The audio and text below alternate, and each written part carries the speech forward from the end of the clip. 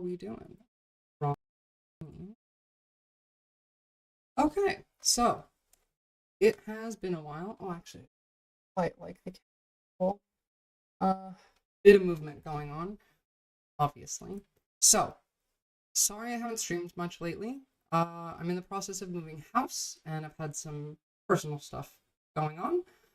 I do plan by the end of August at the very least, but hopefully mid-August, that I can have a consistent schedule of streams that are scheduled for specific days and times, and we can be a bit more consistent.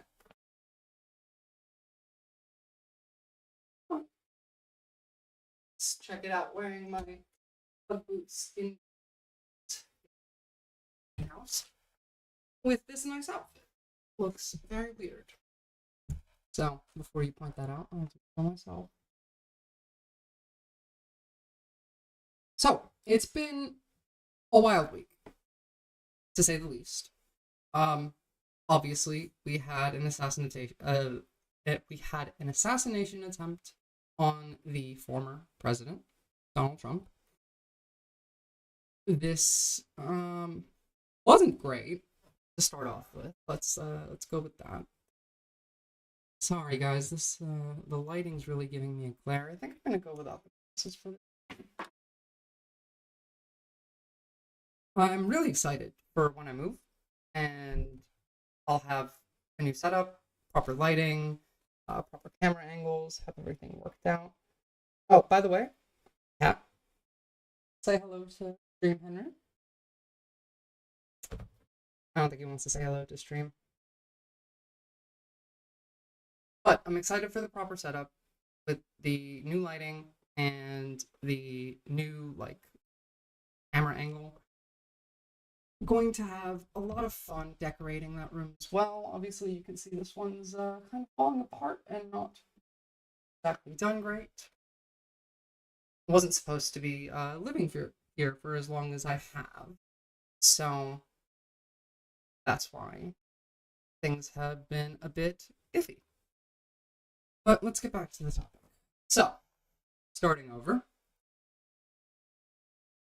we had an assassination attempt on the former president of the United States, Donald Trump, this week. Now, we're going to go over what actually happened. We're going to talk a bit about the shooter as well. But I primarily want to focus on the after effects, the shockwaves, and consequences of this assassination attempt. These have happened in our history before.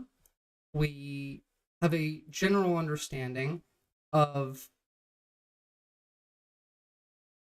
how supporters of the person who experienced the assassination attempt tend to feel in response to something like this. We're going to see a couple cases later of Republicans, specifically MAGA Republicans, who have been really emboldened, rallied together. This is a critical moment in our nation's history. Obviously, there are photos that'll go down in history. And the after effects of an event like this can ripple on for decades. And so they're particularly important during this particularly important election cycle. And let's just say I'm not happy with them. But let's get started. So this is a Wall Street Journal video explaining what exactly happened during the assassination attempt, how it occurred, and let's just look.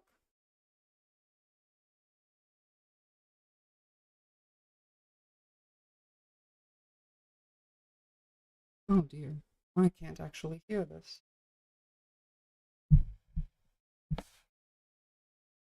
Try that again.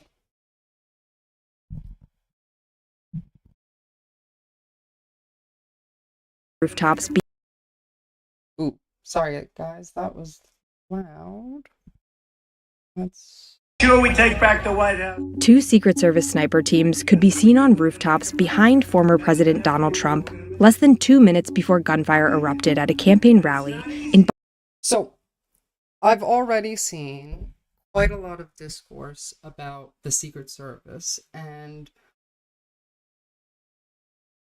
immediately after this event occurred, there were many instances of people claiming that this was staged, that this was planned out, both on the left and the right. On the right, I've seen tweets from senators saying that Biden did this. On the left, we've heard quite a lot of conspiracy theories about Trump doing this to himself and to give himself, the aura of a martyr, to help him with. But none of these actually make sense, and there's no evidence in any way that this assassination attempt was staged. This just happened. Honestly, the shooter was a white male Republican who liked guns. He was wearing merch of a right-wing gun YouTuber. I'm not sure if they're actually right-wing, but they are a gun YouTuber, so it would make sense. But we have case after case of evidence of right-wing violence. It's stochastic terrorism. This happens all the time. How is this all that different from a school shooting? From what we know, the shooter lived like 40 minutes away from the rally. Crazy people with access to highly powered assault rifles tend to go on shootings. This is America we're talking about. It was only a matter of time until this reached politics. But back to the video. Butler, Pennsylvania on Saturday. They appear to be getting into position facing the direction of the gunman who authorities say fired the shots that grazed former President Trump. Look what happened.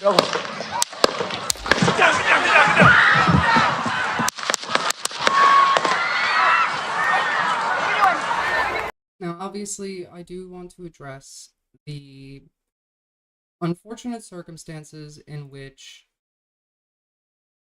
one person in the crowd was killed and another person was injured. I'm not sure if they were subsequently I'm not sure if they died after the event, but at the very least, one person died who was there in support of Donald Trump.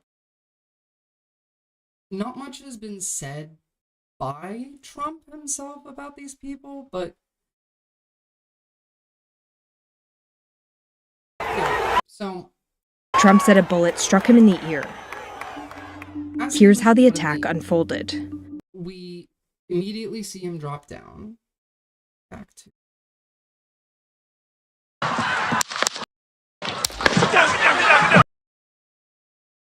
What happened?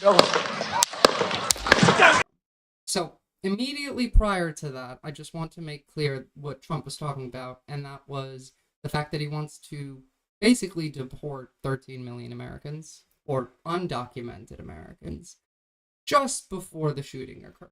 But we can see, as soon as he gets down, he gets rushed by the Secret Service, and the Secret Service take out the shooter. There was 4 shots from the shooter, and the rest of these shots that we hear are Secret Service firing back. Trump. Look what happened. So those 4 were the shooter.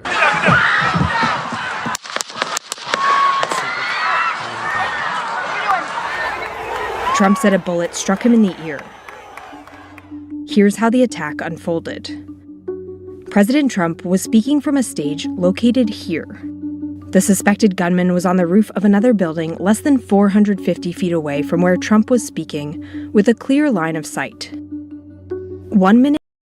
Now, we're going to go over this too because other people have said it and it's also included in this video, but I honestly cannot comprehend how the Secret Service didn't notice a guy on the roof like, it would be, going back to this map, it's the only thing in the area that's really a risk of someone climbing on a roof and taking a shot at the president. And, former president, rather. But that's the Secret Service's job. They would have been posted on this building. I don't know what that is, but if that's a building, probably posted on it. They should be watching this and this from what we know. We don't know what, else is around in the other direction. But no, yeah, see, look, that's a body of water. This is all roads. These two locations would be the two places to have snipers looking for. And obviously within the crowd. But how could they possibly not? Trump was speaking from a stage located here. The suspect. I do want to make clear that's not me saying that I think the Secret Service let him get shot. I don't think that. I think this was just incompetence. But it does blow my mind because it is incredibly incompetent. Gunman was on the roof of another building less than 450 feet away from where Trump was speaking, with a clear line of sight. 1 minute and 32 seconds before shots are heard, we can see two Secret Service sniper teams moving into place on the roofs behind the former president. One on the... As in, there would be one here and one here, exactly. So, one facing this direction, one facing that direction, and they would have Secret Service within the crowd. The south roof and one on the north roof, facing the direction of the shooter. It's unclear if they were repositioning or setting up for the first time. And then the worst president in the history of our country took over. And look what happened to our country. Moments before the shooting, we can hear nearby spectators saying they see someone with a gun. There were multiple instances of people at the rally, civilians reporting seeing the man on the roof, reporting seeing him with a gun. I've seen people say that they had reported it to the police, and the police were looking for Secret Service to report it to. And there is the one instance of the police officer who actually climbed up the ladder and saw the shooter, and the shooter pointed a gun at him, and he climbed back down the ladder, and then immediately proceeded to fire on Trump. While Trump speaks, the Secret Service snipers are still facing the gunman's direction. They're clearly looking into their scopes, which means they're looking in a much more specific location, and they're not looking at the right place. But I don't know where they would be looking, because they're facing the main high-up building that has a roof they should be looking on. What are they looking in, the parking lot of the building? We then see an agent on the north roof pick his head up just before shots ring out at 6:15. So he clearly spotted him, just as he was about to take a shot. Secret Service agents rush to pull Trump to the ground.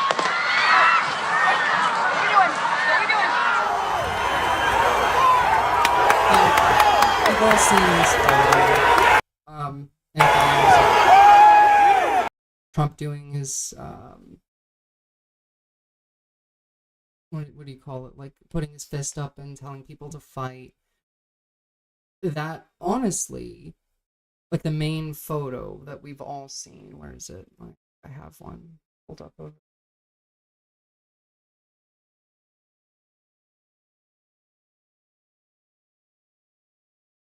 Just a moment.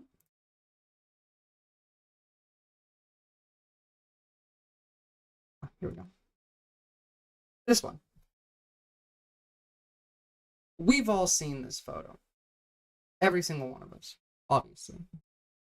This is a history book photo. I'm not gonna lie, he looks fucking badass here.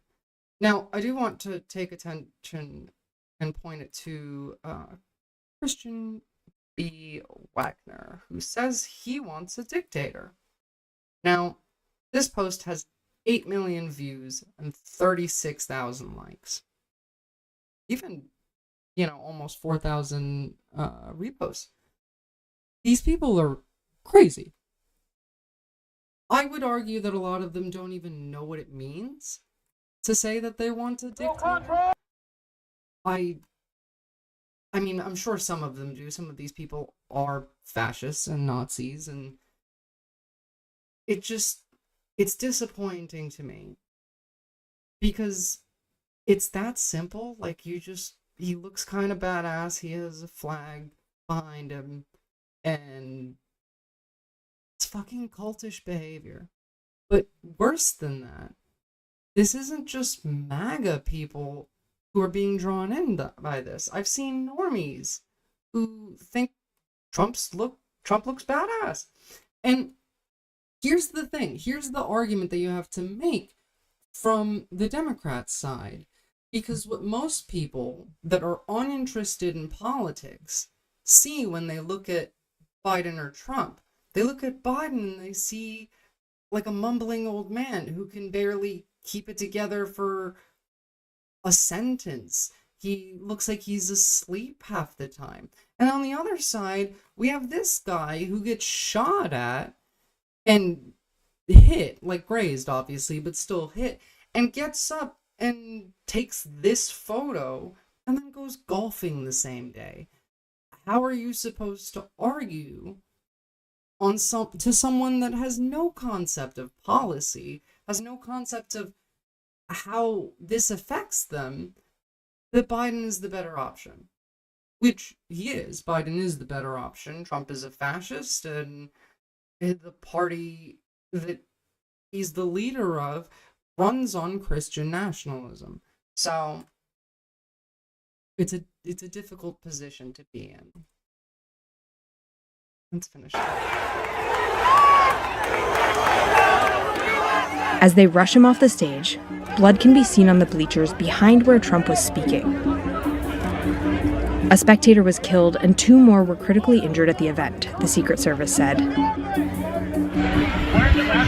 The suspected gunman, 20-year-old Thomas Matthew Crooks, was shot and killed. So yes, the gunman was shot and killed. And here we can have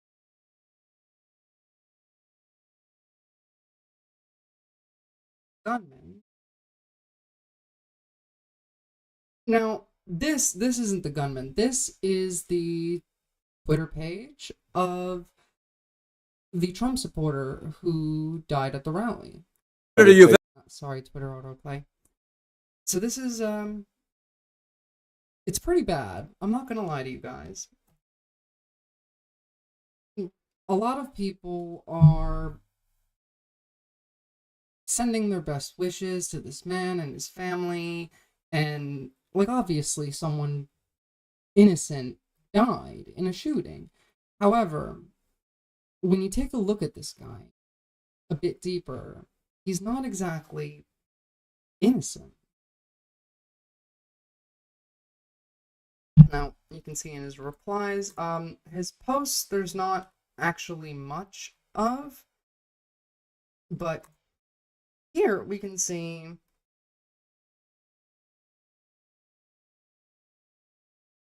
what's worse, KJP or Jen Psaki. Obviously, yeah, there he is talking about DEI.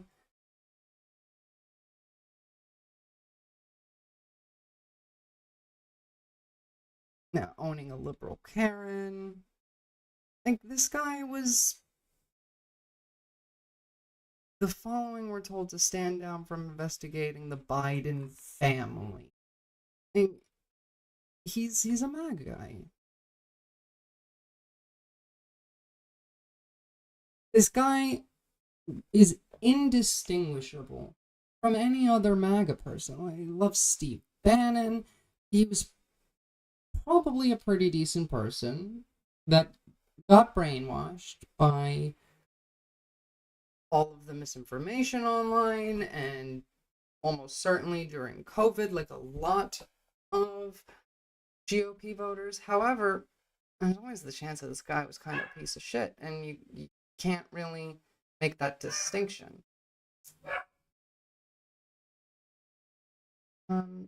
So I don't think he deserves all that much sympathy. His wife. Here we go. Let's look it up.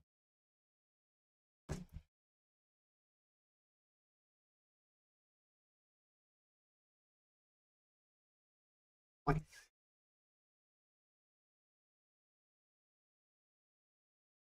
His wife was called by Biden, and she didn't answer. Yeah, she didn't answer the phone when Biden called her. She said that. Where is the actual quote?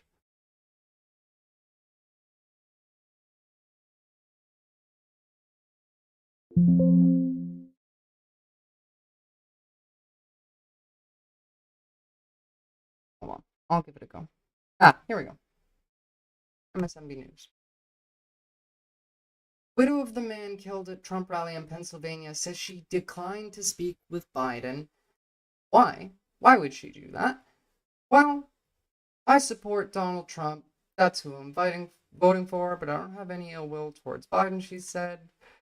I didn't want to talk to him, she told the New York Post on Monday. My husband was a devout Republican. Devout Republican.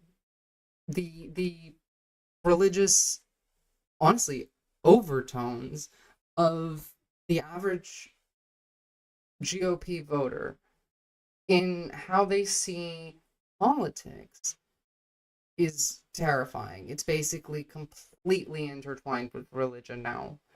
And, separation of church and state and all that might not be a thing for much longer, depending on how things go. But this is how cultish and brainwashed these people are. The woman's husband got shot at Trump's rally and refused to answer the phone when the president of the United States called her to give her his condolences. His condolences. It's obscene. Now, this isn't the only case of the shooting. I'm honest. Making, sorry. Play. So.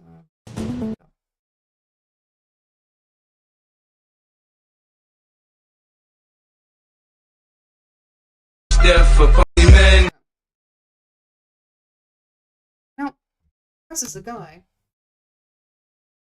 who goes and gets this tattoo. Now, that's a horrible tattoo. I just wanted to say. It does not look good at all. But beyond that,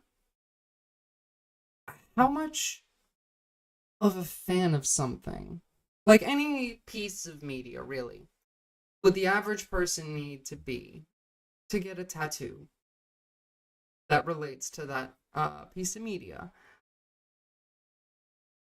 How likely are any of you, or were any of you, to get, I don't know, a Game of Thrones tattoo when, it was popping off season 2 and 3 and, before it got bad? Not many people. Like, there were the odd people who named their kids, like, Khaleesi, but it takes a crazy amount of fandom. Like, an actual, I don't want to say obsession, but an integration of this piece of media into your life, right? It needs to be important to you for you to want to pay the amount of money that a tattoo costs, sit there while, you get a tattoo, and then have that permanently on your body forever. And taking that amount of fandom and translating that into getting a political tattoo, such as this, is hype on the level of like a popular TV show's season finale. This isn't real. Like, this isn't politics. This is them playing a game. It's like sports to these people. It's like, yeah, exactly. You know what? I didn't think of the sports metaphor before, but this is no different than getting a tattoo of the Giants because you live in New York. Like, I don't know, their team's logo or something. This is not serious, but it is serious at the same time. It's incredibly serious because this shows how, I don't want to say culty again. This is a fandom. These people are watching reality television in their head.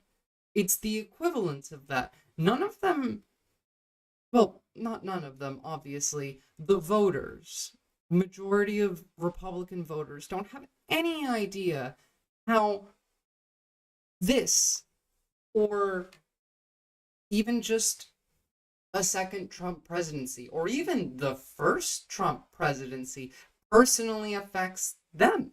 They're just totally unaware. And that makes actions like this much easier. It's not as serious. You can be more blasé. You're watching your favorite TV show.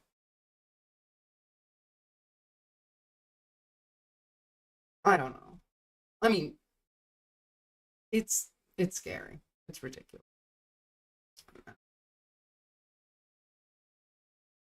Artist Nikki7 is still in shock over the viral Donald Trump tattoo she created after the assassination attempt. So that's in reference to this one.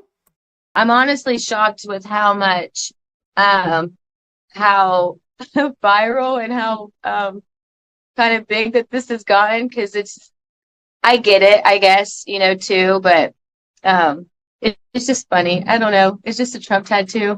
It was literally probably 20 minutes after he had gotten shot. 20 minutes after he got shot. 20. Now, like, ignoring everything else aside, you really shouldn't decide to get a tattoo in 20 minutes. You shouldn't pick a tattoo and say, I want that, and then get it 20 minutes later. You should have a little bit more thought into something permanent that you're going to put on your body than that. However, this, like, he had got obviously supposed to be Trump at the rally with his fist raised. It almost looks Statue of Liberty-esque. and shot. He had saw the video when he was in the parking lot, and I guess he was just deciding on what to do. And when that happened, So this man was sitting in a parking lot, I assume near to a tattoo parlor, and he saw on social media the video of the attempted Trump assassination. And so he went and got a tattoo of it. This man right here has no thoughts in his head. Like, none. It's just reacting to stimulus. It's, honestly, a lot of people are like this, but something happens, either physical, external, internal, it could even just be like getting hungry, and then he reacts to it. That's life for this person. There's no pondering, there's no sitting, there's no wondering, there's no asking questions. It's just reaction. And that's where it gets scary. Reactive people like this with their reactive ideologies are what fuel fascism. he just thought that was it. That was his vision that needed to come to life. This is it. This is my vision. It needs to come to life. It's Donald Trump with his hand in the air. He's a fucking martyr. He's basically Jesus to half the Republican Party now. was definitely a spontaneous thing. And he's a wild child. Like it fit him personally, as a Yeah, it fit him. A dumbass tattoo for a dumbass dude. person. It was not a boring session. It was very entertaining and very fun. My neighbors, my Isn't that a little like a conservative watching this video? Wouldn't they be a little offended at that? Like, like the snowflakey conservatives, the ones that are on Twitter shouting about how calling Trump a fascist and comparing him to Hitler is tantamount to inciting political violence and stoking stochastic terrorism. See that, and she's laughing along, and it's very fun and entertaining 20 minutes after Trump got shot doing a tattoo of him on this guy. Like, I don't know. I feel like conservatives might find that a bit offensive, which is funny, honestly. Like, good, but it's obscene. And to circle back to what I just said, the people on Twitter screaming about the left being okay with stochastic terrorism and the left encouraging violence on the right, and the rhetoric of Biden and the Democrats and lefties on Twitter is what incited the assassination attempt of Trump is pretty ridiculous. The right has been the one side that's been consistently stoking violent sentiment. There's been several instances of Trump himself saying things like inciting violence, either, well, I mean, even just Jan 6, but no.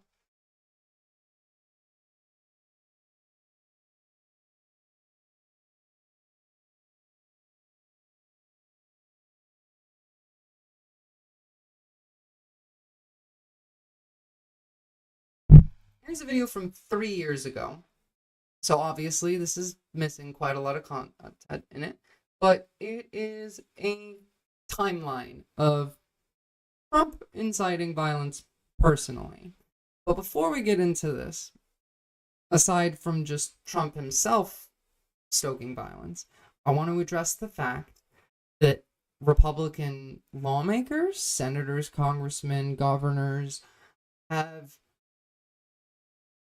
made, like, just on the queer community, they call people pedophiles and groomers, and that they're trying to convince little children to get irreversible surgeries and get their breasts chopped off at 9 years old. And, like, how is that not inciting violence? Libs of TikTok has gotten bomb threats called into hospitals. Talk about stochastic terrorism. They haven't stopped for years.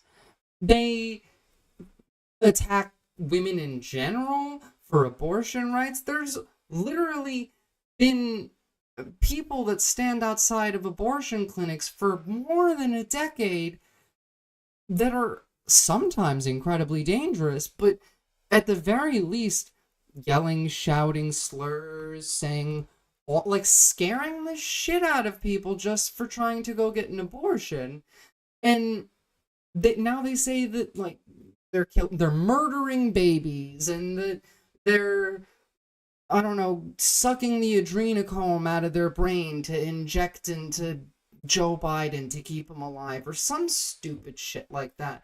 Like, the audacity for the right to come out and say that the left is inciting violence by comparing Trump to Hitler, when Hitler quotes are attributed to, on 3 separate occasions, he's directly quoted Hitler.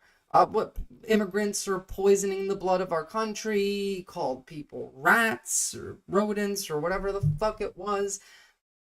He's just this week at the RNC, they're advocating for razor wire in, like, rivers to stop immigrants from coming into the country. They want to deport every undocumented immigrant in America, which is,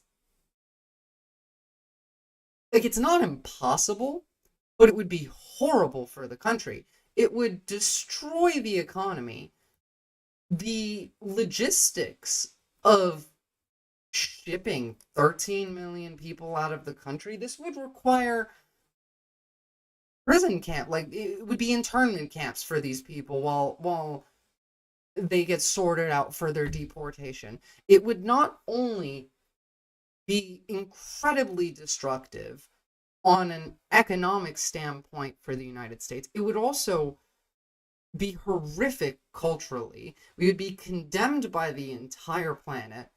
It would likely lead to violence. I mean, no, actually, it would absolutely lead to violence in the United States, whether that be from right-wingers looking for undocumented immigrants to turn in, brown shirts, fucking... It would be horrible on every level, and they want to do this. And this is, without a doubt, a violent action. It would be taking people from their homes, ripping them away, sometimes from their families. I mean, remember the last time that Trump was president, there were children who were separated from their families, who were kept in cages because they were documented, but their parents weren't. How is this not an incitement of violence on their part? And then they have the audacity to say that calling them out for this is us inciting violence, and that the left is somehow responsible for the registered Republican who took a shot at Donald Trump. No fucking way. I don't buy it. I don't accept it. Get the fuck out of here. There's just no chance. Right now, I'm going to play. Here are just a couple instances. I'm not going to watch this whole video. I'm just going to skip to a bit of it. Of Trump inciting violence. A black protester.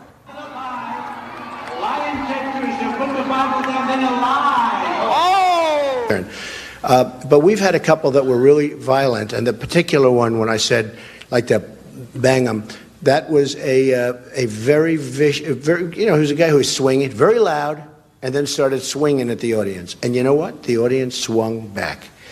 And I thought it was very, very appropriate. He was swinging, he was hitting people, and the audience hit back. Normally, if you're at a public event, something that looks like an arena, and there's a crazy person swinging around screaming, usually what you do is you leave the area, and then you get security, if you're able. Now, if he's swinging at you, go ahead and swing back. But that's not what Trump said. Listen to it again. What he said is that the crowd swung back, and that he thought that it was appropriate. You know what? The audience swung back, and I thought it was very, very appropriate. He not the audience member. He's talking about, like, let's go back to the video. Where is it? But we've there's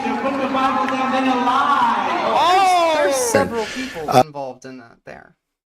But this one's kind of mild. Let's see another one. But Greg is smart. And by the way, never wrestle him. You understand that? Never. Any guy that can do a body slam, he's my kind. This is a dumb video. Fuck this shit. We all know that Trump incites violence. It's not a surprise. It's not news to anybody that the Republicans hate you. They hate all of us because the vast majority of them are incredibly wealthy. A lot of them are incredibly fascistic and religious. Like, I like women, and they would hate me for that. They absolutely do hate me for that. They hate women in general. I would go so far to say that almost none of these people actually like women. The more women who actually vote GOP that aren't incredibly wealthy and benefit from this and, don't have anything to do with any of the bad things that might happen. They will suffer no consequences. Aside from them, the average Kansas rural woman who votes for Donald Trump has no idea how much they hate her. The Republican Party as a whole. They hate women's bodily autonomy. They hate the fact that women can have jobs in some cases. These are very, very misogynistic men. I mean, even their argument about like trans people is misogynist. When conservatives talk about trans women and they claim that trans women are men, when you argue that point with them, it comes down to, regardless of how many times you try and explain the differentiation between sex and gender, even the women on the right, believe that being a woman solely comes from a womb and an ability to bear children. But only in the case of trans people. That doesn't apply when you talk about a woman who's born infertile or who might have had a hysterectomy or some medical complications that prevent them from having children. They don't count. Those are still women. But the fact that trans women can't make babies makes them not women. And this argument at its core is misogynistic. It infers that the only thing that makes a woman is the ability to birth a child. They hate women. They hate women. They want us to be slaves. And even more so than that, which I find funny, a lot of conservative men don't even like submissive women. Because there's a lot of, kinky submissive women that get off on being degraded. But if you look at interactions that these people have with the type of men that we're talking about, like on a site like Twitter or something, or even just in person, men will call these women whores, sluts, easy. They don't respect them. They want to find a strong woman, an independent woman, and break them into basically their toy. It's disgusting. That's, I would argue, at least a quarter of Republican men. One way or the other. And I'm talking about voters here too. I really do believe like at least a quarter of Republican voters that are men hate women.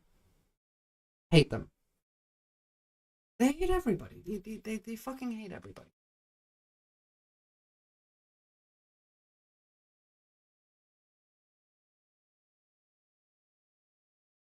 Let's move on to some news that happened at the RNC. Now, the leader of the Teamsters Union, Sean O'Brien, made a speech at the RNC. But before we go over that, let's take a look at this.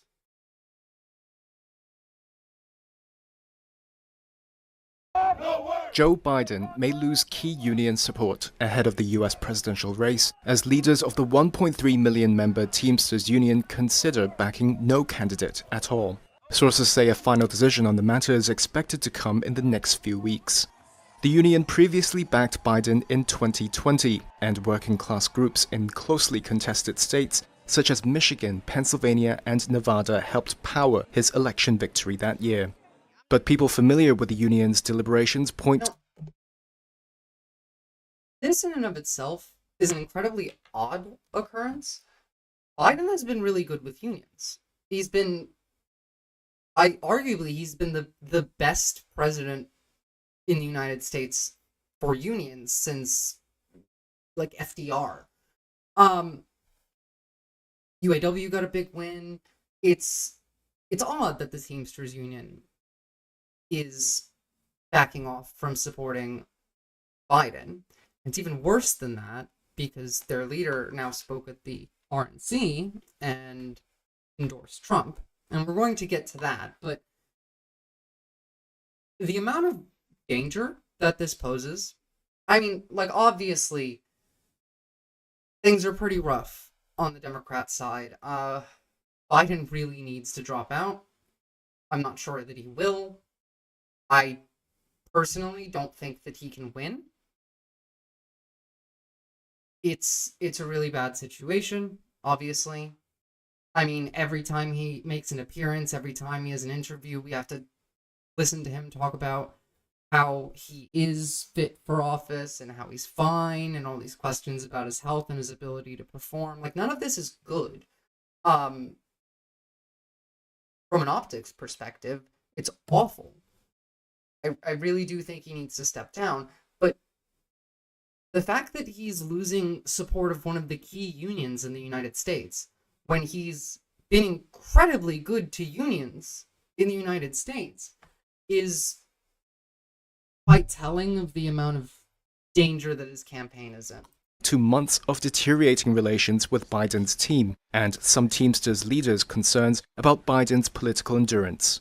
Teamsters See, again, political endurance, his ability to perform. President Sean O'Brien also made an appearance at the Republican National Convention. We're going to watch his entire speech in a bit. I have it lined up after one more thing. It's interesting and it's infuriating. In Milwaukee on Monday night, and gave praise to Biden's opponent, Republican candidate Donald Trump. But one thing is clear. President Trump is a candidate who is not afraid of hearing from new, loud, and often critical voices. And I think that's hilarious. Trump has never liked critical voices. we all can agree, whether people like him or they don't like him, in light of what happened to him on Saturday, he has proven to be one tough SOB. Still, sources say it's unlikely That I can't really argue. I mean, he did handle that pretty well, but it doesn't necessarily mean anything. the Teamsters will Actually, the SOB part, pretty fucking accurate, but endorse Trump either, due to deep divisions in the union. It would be the first time since 1996 that the Teamsters considered backing no candidate at all. The group's frustrations with Biden have grown in recent months. O'Brien was denied an Oval Office meeting to discuss a key priority, rescuing trucking giant Yellow Corps and its 30,000 union jobs from. I don't understand why they would do this. Why they wouldn't have this meeting. I have a theory, and I think it might have something to do with this clip. I don't think it has something to do with what we're about to watch necessarily, but I think this gives you an idea of maybe why Biden didn't want to meet with him. So this was back in March, and this was Sean O'Brien talking with a senator. There was a couple of these that are actually quite funny to watch, but he's very combative. That's the You're question. out of line. Let him man. answer Actually, the I haven't, question. and don't tell me I'm out You of line. are out of line. Don't tell me I'm out of line. Well, you frame. Don't tell me. I'm you making frame. a You statement. frame. You Sir, frame the statement you need like to a shut tough your guy. mouth Yeah. because you don't know You're what gonna you're tell me talking. This is him talking to a senator. Like that's a senator. Right here, this man. Shut my mouth. Yes, Yeah. I did. Hold it. Yeah. Hold it. Yes, I Tough did. guy. I'm not Senator, afraid of physical. Senator, You don't have hold to be, it. but don't say. Sean O'Brien Sit tried there to and tell me. fight this guy. Where's the clip? Find it. Sean O'Brien tries to fight a senator. Let's have a look. I want to watch this one. Oh, sorry. It was the other one. Now, let's talk about Mr. O'Brien himself, his behavior. As everybody knows, and it's here in the last time, him and I kind of had a back and forth. Appreciate your demeanor today. It's quite different. But after you left here, you got pretty excited about the keyboard. In fact, you tweeted at me 1, 2, 3, 4, 5 times. And let me read what the last one said. It said, greedy CEO who pretends like he's self-made. Sir, I wish you was in the truck with me when I was building my plumbing company. You stand your butt up. Oh, hold on. Big guy. No, stop. Anytime cowboy. Sir, this is a time, this is a place. If you want to run your Let's get back to that. guy act and these Senate hearings, you know where to find me. Any place, any time. You want to do it now? I'd love to do it right now. Well, stand your butt up then. You stand your butt up. Oh, hold on. Big guy. No, stop it. Is that your All right. solution every Hold it. No, sit down. Sit down. Look at you. You know, you're a United States Senator. Sit down. Active. Oh, okay. God, I love Bernie Sanders. You're a United States Senator. Sit down. Look at you. What are you doing? Sit down, please. All right. Can I respond? Mr. Hold Chairman? it. Hold it. If Hold we on. can, no, This is I have what the he mic. said. I'm sorry. This is Hold what it. he said. You'll have your time. Okay. Can I respond? Oh, no, you can't. No, you can't. This is a hearing. And God knows the American people have enough of contempt for Congress. Let's not I don't make like it worse. thugs and bullies. You have, And that's you what- have I don't the like mic. you because you Hold just it. described yourself. Hold it. You have the mic. Yeah. You have time. All right. Make your statement. Then let's do this, because I did challenge you and I accepted your challenge. Like, he can't let it go. He really wants to fight the Senate. And you went quiet. No, I didn't go quiet. I was. Hold on. You challenged me to a cage match, No, acting like a sir. 12-year-old schoolyard Hold it. bully. Excuse me. Hold on. Hold it. No, excuse me. I have the I will mic. say exactly. Senator what you Mullen, said. I have the mic. You have questions on any economic issues, anything? Both of these guys are clowns. Senator Mark Mullen and Sean O'Brien. Absolute fucking clowns. Let's go back to the original. I'm out of line. Because we Sir, hold that's we not- hold greedy CEOs That's like yourself not- accountable. You call me a greedy CEO. Oh yeah, you There are. it is. You want to attack my salary? I'll attack yours. What go did you ahead. make? What did you make when you owned your company? When I made my company, I kept my salary down at about $50,000 a year because I invested every penny into it. Okay, all right. You mean you hid money? No, I didn't hide. Oh, hold on a second. Probably. Okay, go ahead. I mean, He said they that's all out of are. line. You All said right, I we're was out of we're line. even, we're even. We're not even. We're not even You gotta close to remember being all even. of these people are like Sean O'Brien. You think is it's not smart? You poor. think you're funny? No, You're not. You think you're funny? No, I never said. Neither of these men are poor. These are both rich people arguing with each other, pretend like virtue signaling. Did I You smile? frame Did I laugh? your opening Hold on, statement. hold on. Let's, You frame your opening All right. statement No, saying you're a tough Senator, guy. continue. This- Senator, please This is continue your behavior, statements. but sir, this is. I think it's great that you're doing this because Me too. this shows their behavior on how they try to come in and No, I- demonize a shop. know. No, it's and they just- say about intimidation, and it's not about intimidation. This it's may about the show your employees behavior support. here. No, like I said, they're both clowns. But the combativeness of Sean O'Brien, the eagerness to argue, might have been. I honestly cannot comprehend why Biden wouldn't have the meeting with him. Maybe there was an unrelated reason, but it's weird and it's damaging and it was a stupid decision from the Biden administration. But it probably wouldn't have mattered anyway because Sean O'Brien is a horrible union leader and proceeded to endorse Trump personally now. I want to say, I think the Teamsters union needs to remove him from leadership. I don't think any union should support the GOP. The GOP hates unions. They've always hated unions. Like going back to Reagan, unions have suffered immensely at the hands of Republicans. And to take one of the biggest unions in the country, the Teamsters, and say that they are now supporting the Republican Party, who will do nothing but harm them, is what this man just did.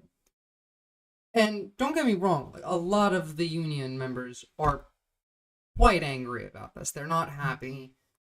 I hope they do remove him. Honestly, I think he got paid.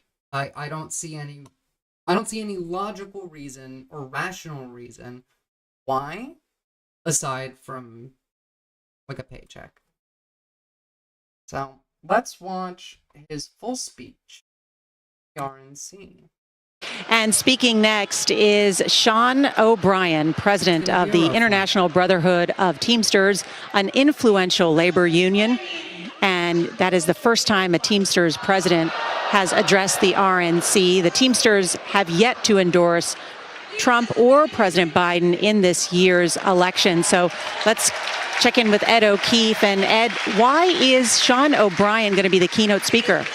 Because it's not every day that the leader of a major labor union addresses a Republican National Convention. In fact, in the case of the Teamsters, it's never happened before. But Sean O'Brien will be here tonight as the union considers its first ever Republican presidential nomination, or at least its first in several years. They've made five-figure donations to both the White House again.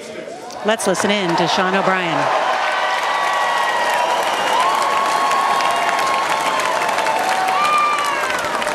I'd like to give my peeps from the greatest state in the nation, Massachusetts, some props. What's up? First, I want to thank the hardworking Teamsters and union members here in Milwaukee who play vital roles in the building and operations of this convention.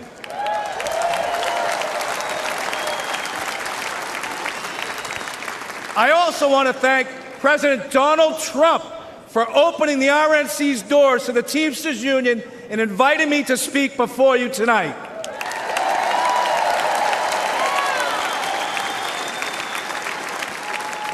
I travel. The fact, I still can't get over the fact that there's a union leader at the RNC when part of the RNC platform, Project 2025, is to end overtime pay. Like, they fucking hate workers.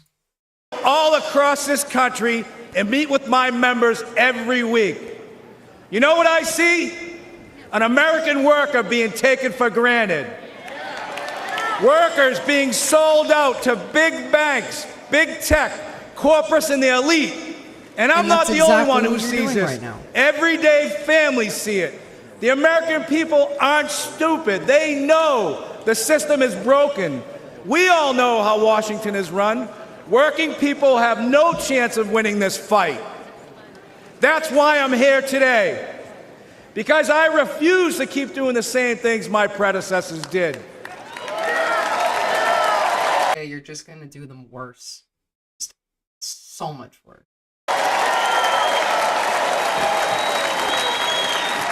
Today, the Teamsters are here to say we are not beholden to anyone or any party.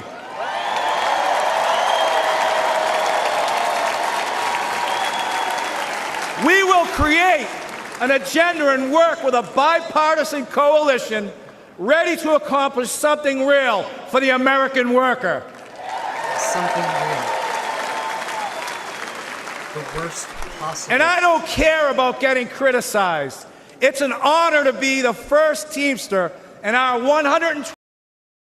As the leader of one of the largest labor unions in the United States, should you not care if you're criticized? Shouldn't criticism be rather important, considering you're representing workers and their rights? You're fighting for things that workers need. You should care about criticism, whether it's like,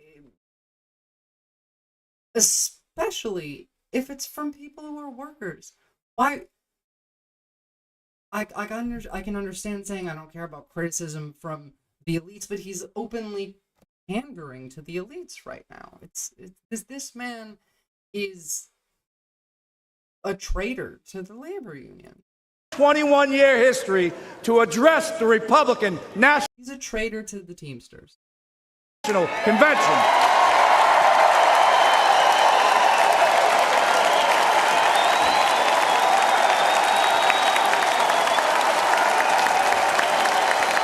Several months ago, I asked the RNC and the DNC for the opportunity to speak. To be frank, when President Trump invited me to speak at this convention, there was political unrest on the left and on the right. Hard to believe. Anti-union groups demanded the president rescind his invitation. The left called me a traitor.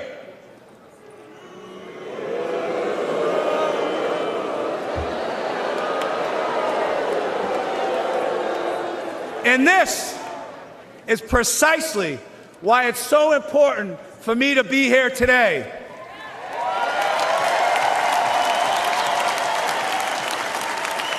Think about this. Think about this. The Teamsters are doing something correct if the extremes in both parties think I shouldn't be on this stage. Again with this extremes in both parties bullshit. They say the radical left as if it's a real thing. The leftists don't do anything. They complain on Twitter and they make YouTube videos like I am. They don't actually do anything. The radicals in this country, the ones who commit violence, the ones who go out of their way to push policies that will hurt people, to hurt people themselves, to harass people, is the right. They're the ones that dox people online. They're the ones that go on TV and stoke hatred and violence. They're the stochastic terrorists. There is no radical left. The radical left is Twitter communists that probably don't actually know what communism is. That's the radical left. It's a bunch of Marxist-Leninists just hanging around complaining about the system and waiting for the revolution that's never going to come because they don't do anything.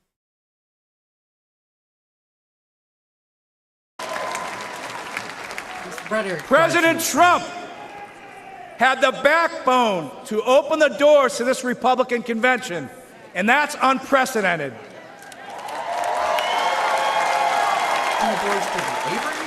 No other nominee in the race would have invited the Teamsters into this arena.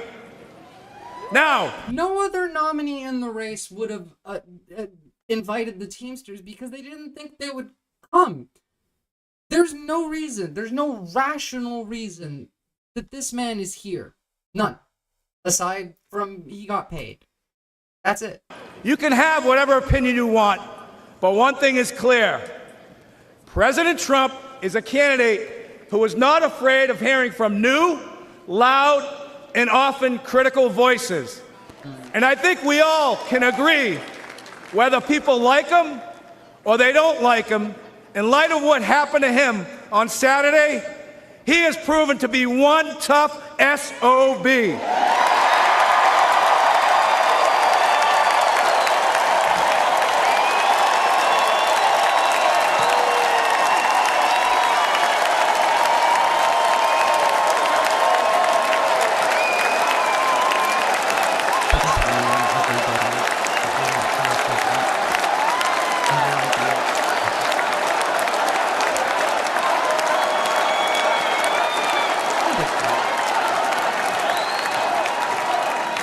Now, when I won the presidency of the Teamsters in a national election 2.5 years ago, we started reaching across the aisle. In the past, the Teamsters have endorsed GOP candidates, including Nixon, Reagan, and George H.W. Bush. Yeah, but over the last 40 years, great signs. The Republican Party has really pursued strong relationships with organized labor. There are some in the party who stand in active opposition to labor unions. To be clear, the only interest that Republicans have in labor unions is dismantling them. They make legislation that makes joining a union more difficult. It makes union bargaining more difficult.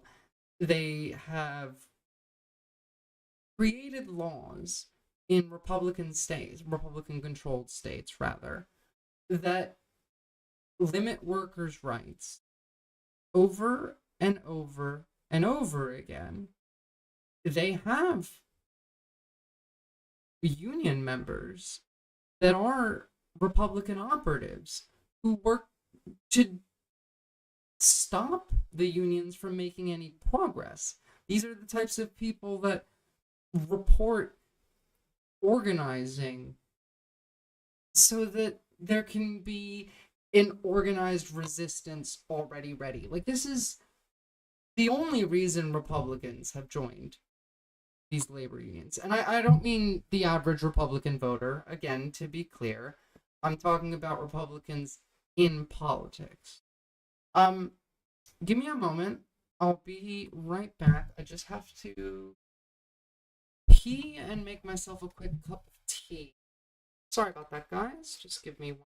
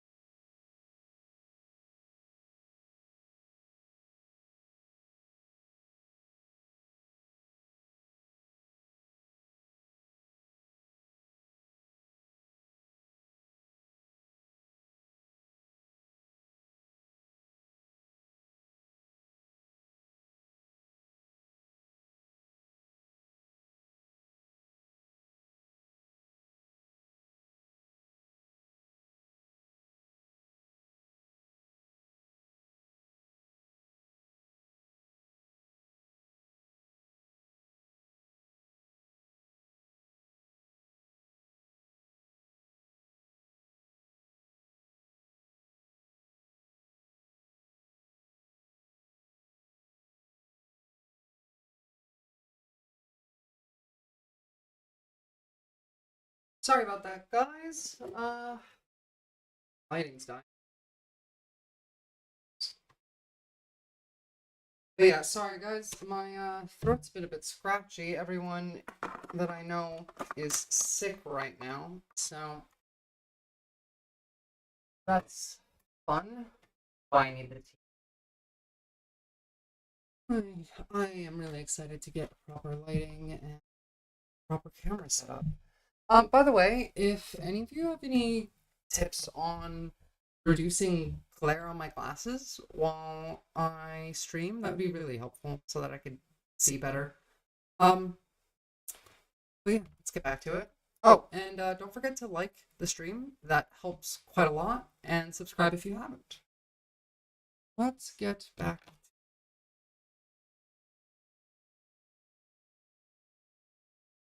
This too must change. Strong relationships with organized labor. There are some in the party who stand in active opposition to labor unions. This too must change. He's talking about the Republican Party. You think going to the RNC, a place filled with wealthy conservatives, is the right place to talk about supporting labor unions? You think you're going to manage to convince Republicans to support labor unions? This is nothing. This is either delusional, which I don't think he is, or just saying nothing and trying to appease his actual constituents, appease the actual Teamsters who are really furious that he's here doing this right now. I want to be clear. At the end of the day, the Teamsters are not interested if you have a D, R, or an I next to your name. I love how he fails to say DEI. Is DRI something? There's no way. DRI must... He's trying to say DRI. By DEI. Now I'm doing it, geez.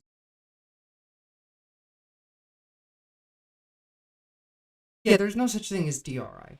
It's DEI. He just can't... Okay.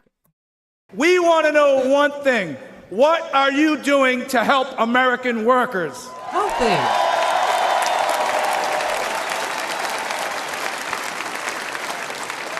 As a negotiator, I know that no window or door should ever be permanently shut. In my administration, the Teamsters reached out to 8 Republican senators who stood up for railroad Teamsters over our fight for paid sick leave. That's a good thing. I don't think you should entirely shut the door. I'm not saying that labor unions shouldn't reach out to Republicans. They absolutely should. They just shouldn't compromise their morals and compromise the actual goals that they're fighting for in order to get Republican support that functionally does actually nothing to benefit you and, in fact, harms you. It's a stupid decision to make. It genuinely is. Josh Hawley was one of them. He's lying. That's not what he's doing. We started talking. Senator Hawley changed his position on national right to work. Then we started walking. Senator Hawley walked a Teamsters picket line in St. Louis and a UAW picket line in... Can I just say, have you ever seen positive reactions from conservatives in relation to a protest? When UAW was on strike, did conservatives support that? I'm sure some of them did, but I remember seeing quite a lot of people calling them lazy, entitled. Remember when the writers and the actors striked in Hollywood? Instantly. Look at all these rich people being lazy and not wanting to work. When in reality, quite a lot of writers and some actors were struggling to survive and their livelihood was at risk. In none of these cases are workers protesting and marching and striking because they're lazy. That doesn't happen. That's not a real thing. But that's how conservatives view it. So Sean O'Brien going up on this stage and talking about how they walked for sick leave and all of this stuff. Like, these people don't care. They don't care. The sick leave got a cheer out of some of them, which is great, but functionally this does the opposite. This speech has a higher chance of reversing the gains that they have made than anything else, than any other outcome. Reversing their current gains is the most likely. In Wentzville, Missouri. More than that, I want to recognize Senator Hawley for his direct, relentless, and pointed questioning of corporate talking heads, lawyers, CEOs, and apologists. Now, after this, we are going to go over. Actually, let's just take a break from this horrific thing and do it now because he mentioned it or I'll forget. So, he's talking about Senator Hawley and how he liked what he said. But what this is in reference to is an anti-LGBT article written by Senator Hawley. Now, you can see that Aaron Reed, who's an excellent reporter, specifically on queer issues, mostly on trans stuff, but in general, excellent reporting, shows that members of the Teamsters Union were not happy about this. The Teamsters account rebuked him, and then the tweet was deleted. The move by O'Brien is seen as troublesome sign that one of the most influential labor union leaders may be willing to barter away LGBT workers' rights to curry favor with the Republican Party. Unsurprising, considering LGBT people are target number one for the Republicans, more so than even labor rights, which obviously this also does go into labor. Like, everything's connected, but the instant pivot to anti-LGBT culture war talking points from Sean O'Brien really does underline the point that he was bought for this. He was paid, and there's no other reason he would do this. The danger that this poses to LGBT workers, having a labor union leader, the most influential, or one of them, labor union leader in the country, saying that this is okay, it sets a precedent to follow later on, which was the whole point of this. On Monday evening, O'Brien spoke at the RNC, proselytizing for unions to a mostly quiet crowd. Shouts of right to work were heard by some in the background, indicating a lack of support for union policies and characteristics of the Republican Party. When Republicans say right to work, they don't actually mean the right to work. That is a dog whistle for revoking workers' rights. Right to work means the right to work you to death as your boss. That's essentially what that means. That means no sick leave, no annual leave, no healthcare benefits. In some states, they want to lower the age of the youngest you can be to get a job. They want children to work. They want to dismantle workers' rights on every level. He didn't stop there, though. The very next day, he tweeted in support of an anti-LGBT and anti-diversity article from Senator Hawley, which into this. The promise of pro-labor conservatism. Let's have a look. I haven't read this, so let's learn together. Suffice to say, Teamster President Sean O'Brien's speech came as something of a shock at the Republican National Convention Monday night. The commentariat couldn't believe that he was there. Many of the delegates couldn't believe how much they agreed with him. As more than one delegate said to me, this guy makes a lot of sense. No kidding. The C-suite long ago sold out the United States, shuttering factories in the homeland, blah, blah, blah, blah. I'm not reading this fucking propaganda. Many Republican politicians have... Yeah, okay, I'm not reading that.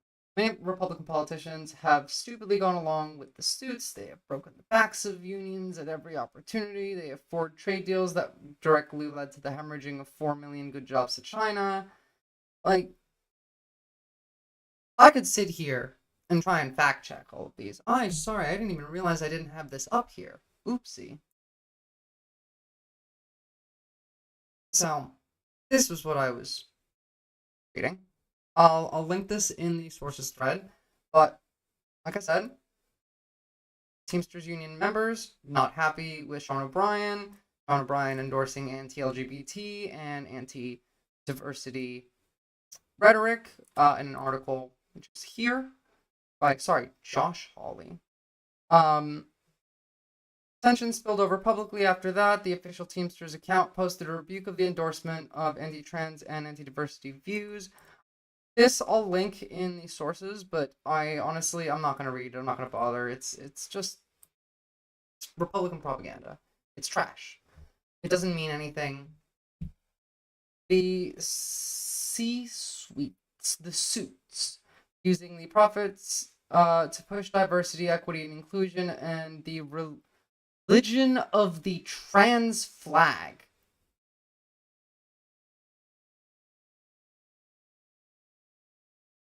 And again, this is another example of Republicans projecting. Remember how earlier we went over the woman who considered her husband a devout Republican? And I said that these people view politics like it's a sports match. Like this is football. And we have, the Republicans on one side, and on the right, we have the right on one side, and on the left we have, the woke, and their flag is the trans flag, where the right has the Jesus flag, and this is a game to them. This is a fucking game to them. Millions of people's lives are directly in danger because of this election. Millions of people, and that's not an exaggeration. That's just with the undocumented immigrants. That's not counting women as a whole. That's not counting trans people who basically are at risk of being put into camps and exterminated at this fucking point. Could you imagine if this shooter wasn't a Republican and it was a trans person? It would have been insane. Honestly, we unironically dodged a bullet with it being a Republican who took the shot, because if it was anyone on the left, it would have been insane. And it's insane regardless. Unions gain nothing from endorsing the racist, misogynistic, and anti-trans policies of the far right, no matter how much people like Senator Hawley's attempts to tether such bigotry to cynical pro-labor messages. The message this sends to Teamsters of color, Teamster women, and LGBT Teamsters is that they are not welcome in the union unless they surrender their identity to a new kind of anti-woke unionism. Don't unite a diverse working class by scoffing at diversity. The fact that I believe this quote comes from Senator Hawley's article that I genuinely just don't want to read. Let's have a look.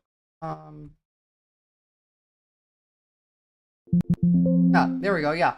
The inclusion and the religion of the trans flag. There it is. It was in that exact bit that I was like, no, I'm not reading it. The vibe check just does not pass. Good for the actual Teamsters account runner who put that out. The union's own vice president has condemned O'Brien's participation in the RNC as unconscionable. I agree. I would go so far as to say that O'Brien is a class traitor. He's essentially selling out the working class to the corporate elite. He's a class traitor. That's just what it means, and it's that simple. Many LGBT people and labor activists have responded, calling O'Brien a scab and questioning his integrity, which is true. Yes, Secretary of Labor, that's what he got promised for making this speech. That would actually make sense. Other unions have also joined in criticizing O'Brien's recent flirtations with the GOP, including leaders of the AFL-CIO, the International Union of Painters and Allied Trades, the International Federation of Professional and Technical Engineers, and other union leaders. LGBT workers are often some of the most in need of union protections, and this is especially true for transgender workers, who often see their healthcare benefits targeted by corporations. And in fact, a document still up on the Teamsters website talks about the importance of solidarity with queer and trans workers. An injury to one is an injury to all. Now, this is a message that I can get behind, because all workers are equal as a class. We are the proletariat, and that involves everybody who is not the bourgeoisie. There is no levels of being in the labor class, the proletariat. There's no it's just you either are or you aren't. And the idea of an injury to one of us is an injury to all of us is incredibly important, because solidarity is the only way that you can ever make gains as a labor union. It's the only way that you can make real change in our politics is by solidarity. We need to learn to work together. We need to be cooperative and respect each other. And the fact that this is on the actual Teamsters Union website, while the president of the leader of the union is going out there and talking about DEI and supporting anti-LGBT and specifically like anti-trans stuff, which honestly come hand in hand. You guys do remember, right, that prior to gay marriage being legalized, no one really talked about trans people. Trans people weren't really even that common. People didn't come out as easily because there was much more stigma at the time. Gay people were the main target. They said the same things about the gays. Letting gays get married will lead to people wanting to marry dogs and goats. Oh, these are degenerates, and these are, corrupting the sanctity of marriage, and the same type of religious rhetoric. They just moved on to trans people because they're an easier target. And they're not going to stop there. Like, if they succeed in banning all trans healthcare, which would realistically it would lead to both a black market for, like, hormones and stuff, but also a lot of suicides. What is it, like, half of trans people try and commit suicide at some point in their life? Could you, taking away healthcare from these people will end up with a lot of deaths. And let's say, hypothetically, that this atrocious act occurs, this happens. What do you think they're going to go to next? You think they're going to stop with the trans people? You don't think they're going to go back to attacking gays and lesbians? Ignoring bisexual people? Do you think that they're going to stop with just deporting the undocumented immigrants in the country? And, we're talking about fascism here. We're talking about Christian nationalism. Do you fit into that? Do you fit into what Christian nationalists would consider appropriate? Would you consider an equal level of human to themselves? This is basically we're talking about Aryans again, just in different language and different ways. This is ridiculous. But any of this is up for debate. The Teamsters Union is yet to endorse a candidate for president this year. Many LGBT workers are waiting to see if their rights will be on the chopping block after flirtations with the Republican Party. So, I apologize. I said before that Sean O'Brien endorsed Trump as the Teamsters Union. It seems that he only did so as himself, not for the entire union, which is good. Well, it's not good. It's still horrible. It's just better. He has shown he is not willing to accept their pillaging of working people's pocketbooks. I know from a career in negotiating that you get nowhere by slamming your fist on the table. The first step is to listen. The Teamsters and the GOP may not agree on many issues, but a growing group has shown the courage to sit down and consider points of view that aren't funded by big money think tanks. Again, he's just saying what he's doing. You realize this, right? Like, he is selling out to the big money think tank, the Heritage Foundation. Senators like J.D. Vance, Roger Marshall, and Representatives Nicole Malliotakis, Mike Lawler, and Brian Fitzpatrick are among the... We do still have to talk about J.D. Vance, the vice presidential nominee. We'll get to that another time. But yeah, that's weird. I really did think that it would be Nikki Haley, considering abortion rights is a pretty big issue and women are a bit of a weakness for the GOP, but no, not with Vance, who's also a fascist, by the way. And it seems like a Christian nationalist, so I haven't looked too deeply into that. I will, I promise you, and I'll make a video on it, but that's for later. Elected officials who truly care about working people. And this group is expanding and is putting fear into those who have monopolized our very broken system in America today. There are far too many people on both sides of the aisle still caught up in knee-jerk reactions to unions, who subscribe to the same tired claptrap that unions destroy American companies. Take a moment to consider United Parcel Service, which is the... Take a moment to consider that these people hate unions. Look at this sleepy cat. He lays here, like, all day. All day. I'm gonna miss this cat. It's not my cat, so that's unfortunate, but he's really, really cute. It's horrific. Largest private sector logistics company, and it's been unionized for more than 100 years. More than 350,000 Teamsters make it run. We work for good middle-class wages, quality health care, and secure pensions.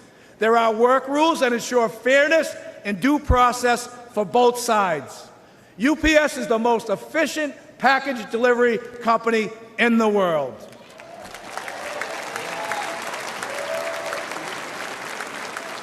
But let's not forget that UPS doesn't provide these great wages and benefits out of the kindness of its heart. UPS does it because the Teamsters fight for it, all 350,000 of us.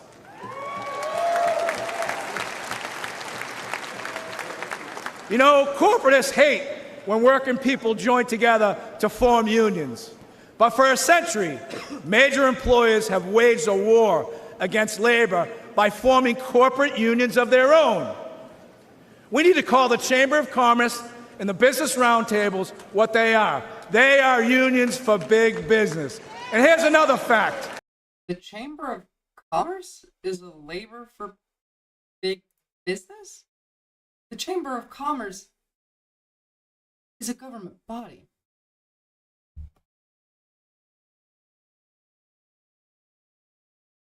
The rhetoric that this man is saying is just wild. Like, I don't know how can be a union leader and talk about this. Sorry, I apologize, by the way, the Chamber of Commerce isn't a government body, but regardless of the point, he's attacking unions, right? He's framing it as if he's supporting unions, but he's not. He's doing the opposite. Against gigantic multinational corporation, an individual worker has zero power. It's only when Americans band together in democratic unions that we win real improvements on wages, benefits, and working conditions. Companies like Amazon are bigger than most now. Notice how nobody in the crowd is cheering. Not a single person. If the line that he just said, which was no one person has any power in the face of multinational corporations. We have to band together in democratic unions. If you said that at a Democrat rally, that would get cheers and applause. But what happens when he says it here? That we win real improvements on wages, benefits, and working conditions. Companies like Nothing. They hate you. They hate unions. They hate workers. They don't care about this. like Amazon are bigger than most national economies. Amazon is valued over $2 trillion. That makes it the 14th largest economy in the world. What is sickening is that Amazon has abandoned any national allegiance. Amazon's sole focus is on lining its own pockets. Yes. Remember, elites have no party, elites have no nation. Their loyalty. I love that he's saying this next to an image of Trump, who's a billionaire. He's a billionaire.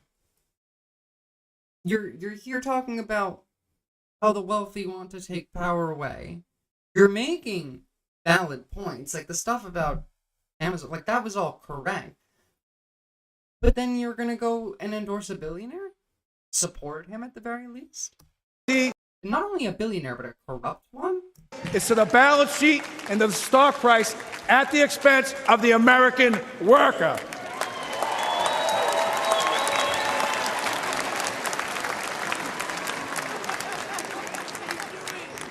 In my office in Washington, D.C., I can see the United States Capitol from my window.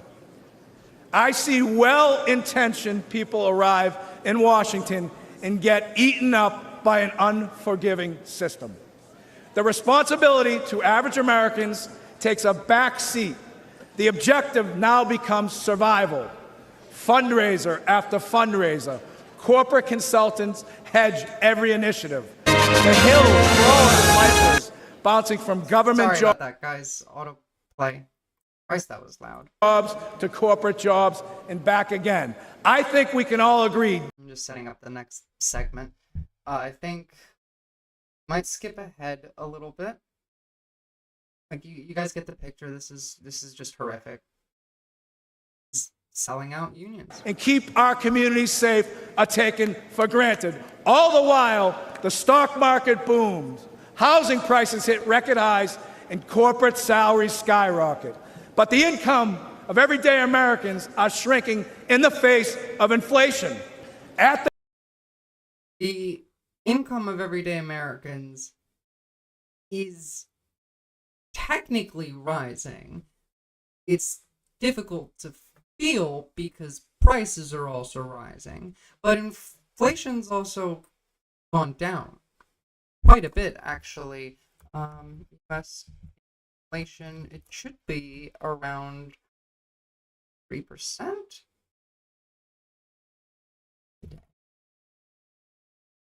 Yeah. The US inflation rate is at 2.97 compared to 3.27 last month and 2.97 last year. So inflation's gone down. Now that doesn't mean that it doesn't actually mean much because your wages aren't going up. And that's what he means by income shrinking, is your wages in some places have slowly started going up, but not very much and not everywhere. So the average American's wage is staying about the same, maybe going up a little bit, but prices for everything have risen. He's not wrong here. It's just whatever solution he's about to prescribe is useless and almost certainly counterproductive. The gas pumps, at the grocery store, with the electrical bill, and with the car insurance. This has got to change.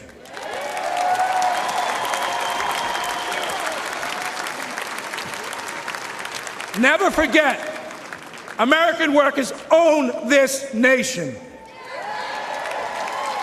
I love the very few, like, yeah, in the background where most of these... Look at them, they're looking around like, who said that? We are not renters. We are not all of these people are landlords. Tenants. but the corporate elite treat us like squatters, and that is a crime. We've got to fix it. Hold on. Did he just... We are not tenants, but the corporate elite treat us like squatters. He's right here. He's arguing that homeowners are being treated poorly by the establishment elites. Homeowners. Not tenants who he says with what I took as a tone of disdain, and same with renters. But no, homeowners. Those are the ones that are being attacked by the establishment. And that is a crime. We've got to fix it. And that's why they're clapping, because they're homeowners. Now this will shock you. This will shock you.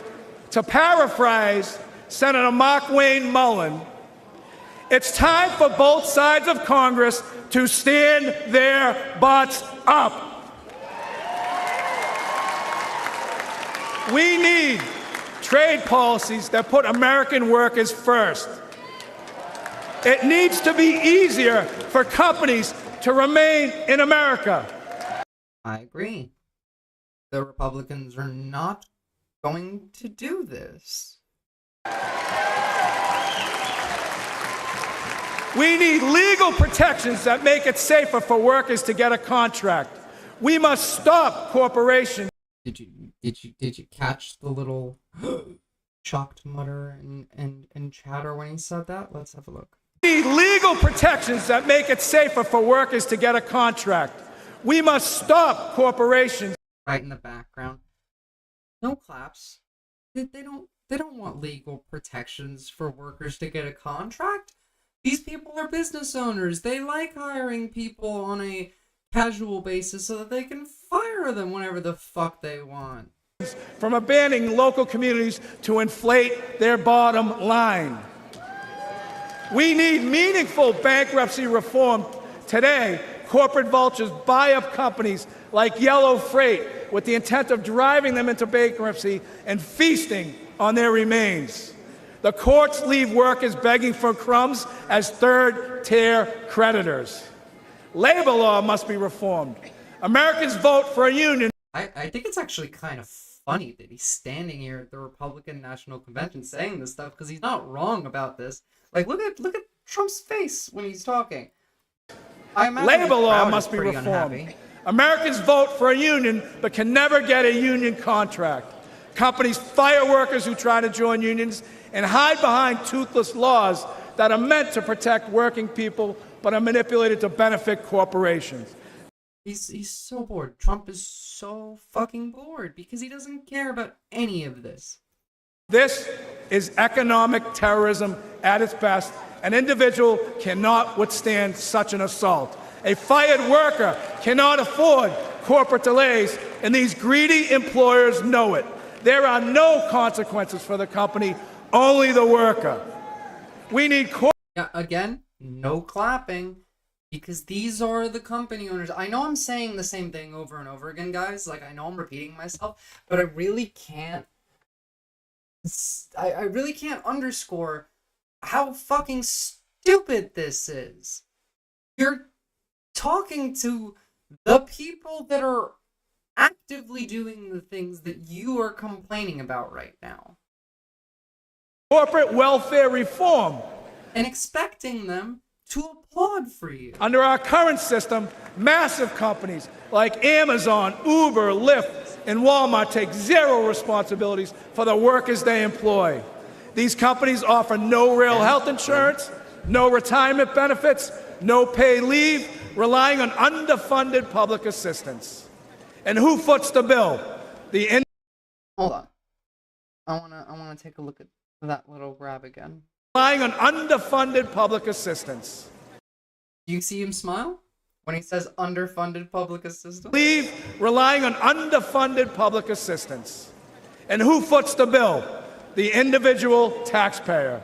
That line almost certainly came from Trump's team, or Trump's laughing because he plans to destroy that entirely. Like this is a joke to him.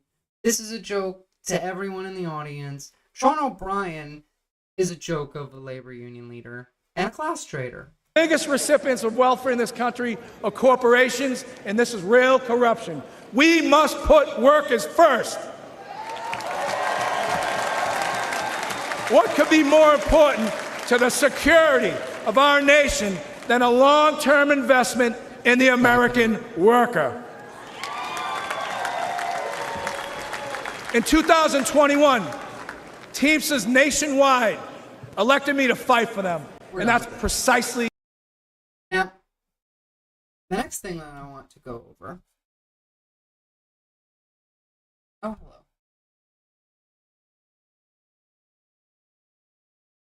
Let me let the cat out. Fine. So, beyond just the assassination attempt, and now the RNC convention in which Trump has picked his VP pick and everything on the right, on the Republican Party, they have their schedule and they're going. How have the Democrats responded? What is it that we've done? Well, after the shooting, the first thing that Biden decided to do was to cancel his campaign ads temporarily that were running because he didn't feel like it was right to attack Donald Trump after something like this happened.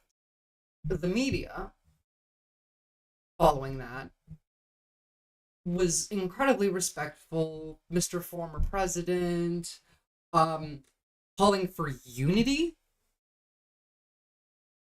So many Congress members, both Biden and Trump, and the media have called for unity. There is no fucking unity if they don't want to do it. If you want unity, the Republicans are the ones that have to reach out.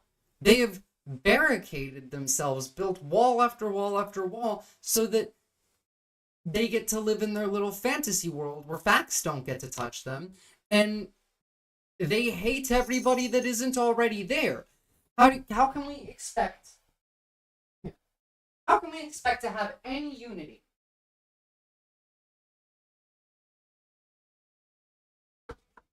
You're gonna say hi. Hello, Mr. Okay.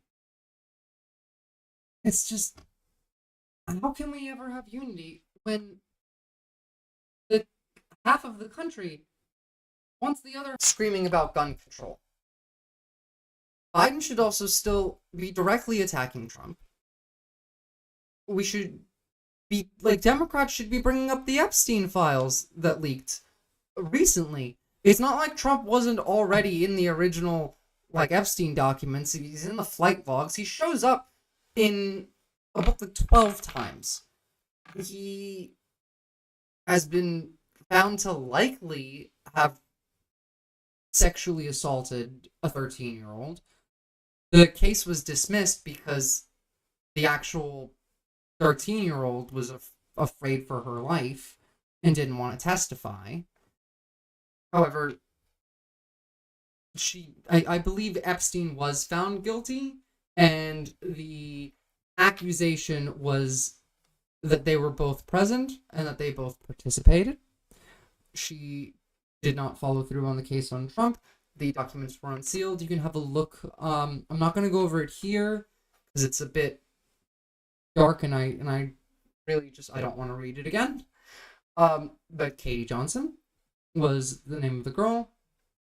And honestly, just Google Trump Epstein connections. Why are we not talking about this?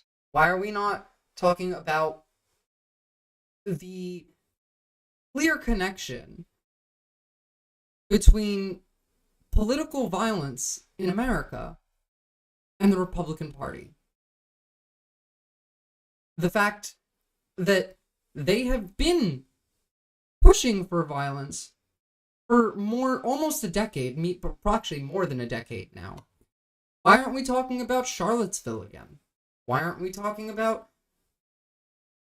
I suppose we are kind of talking about Project 2025, but now Trump said that he didn't know anything about it, so instantly we back off. Even though it was written by several people that were in his administration, it was funded by the Heritage Foundation, who very closely worked with Trump during his last administration. There's so many things that we could be attacking Trump's campaign on. So many, like an endless amount of shit. He's a convicted felon. The man is a convicted felon. That should be in every sentence spoken about him by a Democrat in the media. It's disappointing to say the least, but it's actually insulting in a lot of ways that this weak liberal ideology of civility politics is what we're going with. I mean, we can have a look at parts of this interview that Biden did. There we go.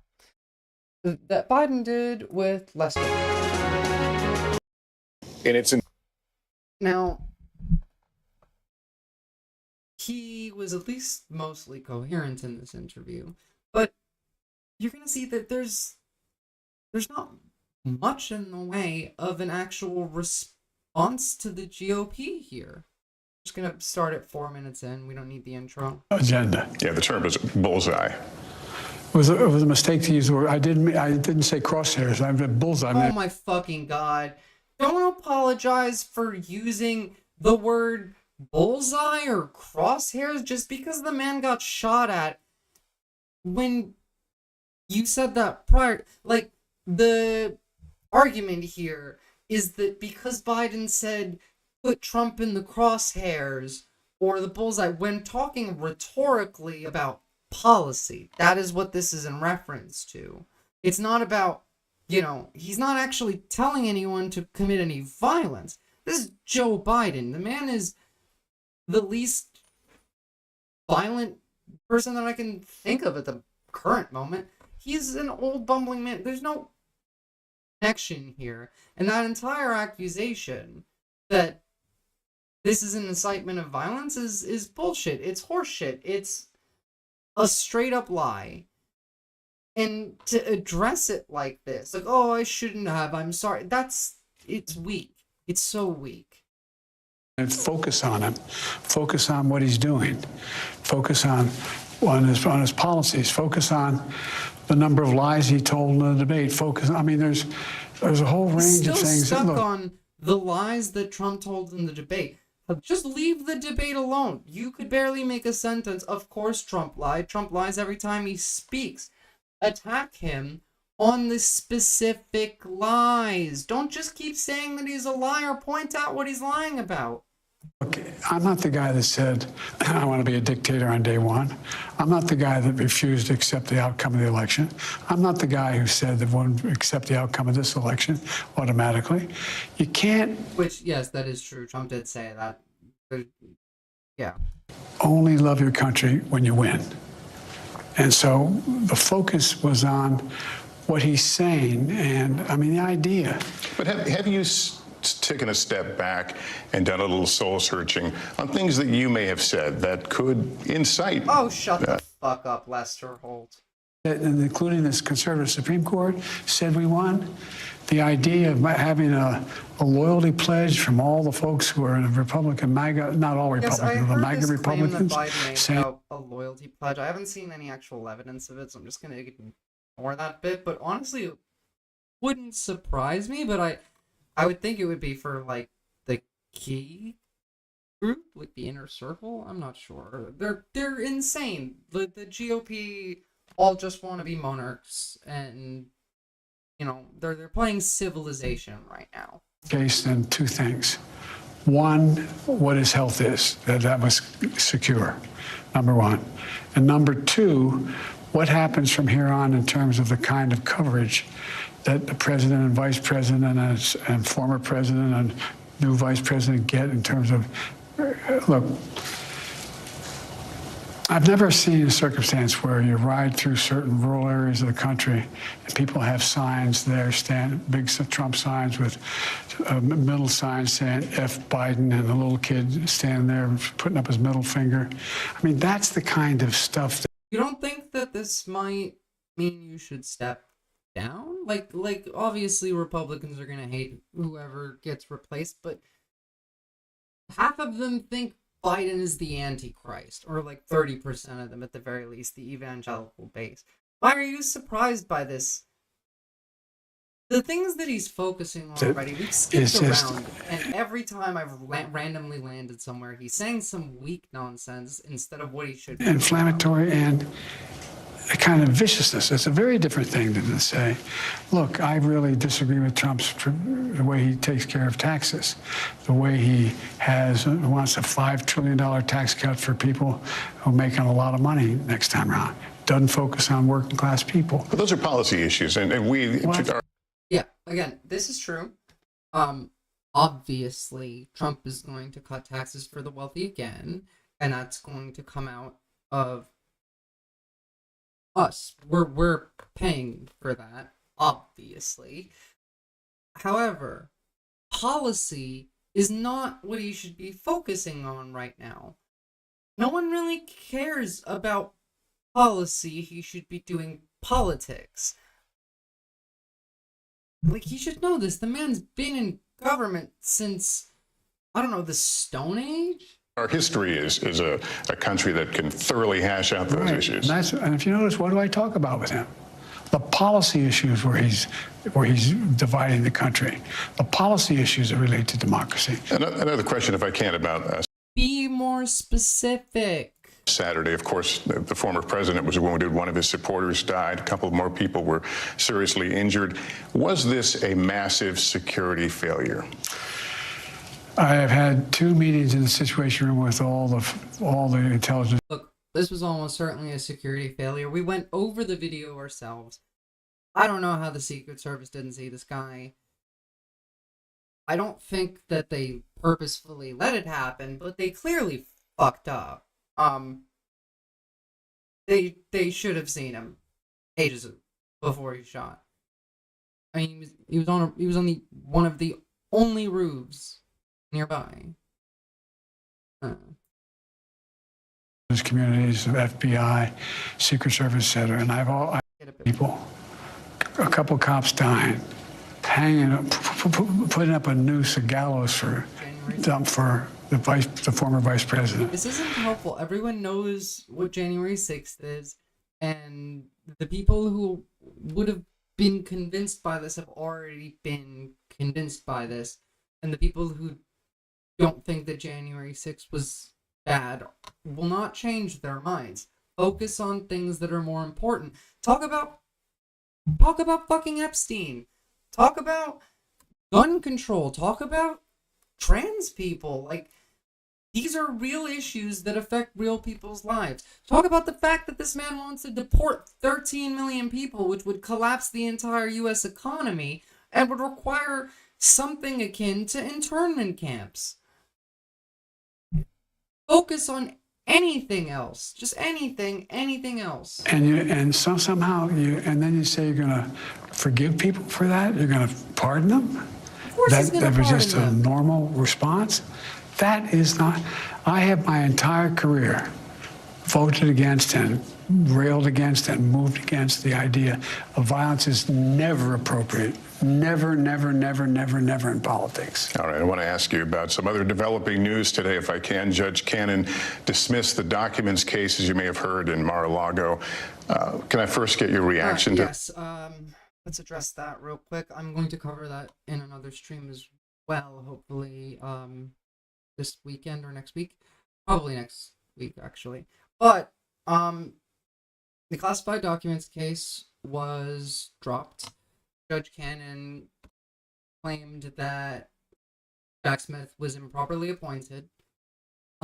This comes from part of one of the things that I believe Clarence Thomas wrote in their ruling for the presidential immunity about vaguely something about inappropriately appointed special counsels.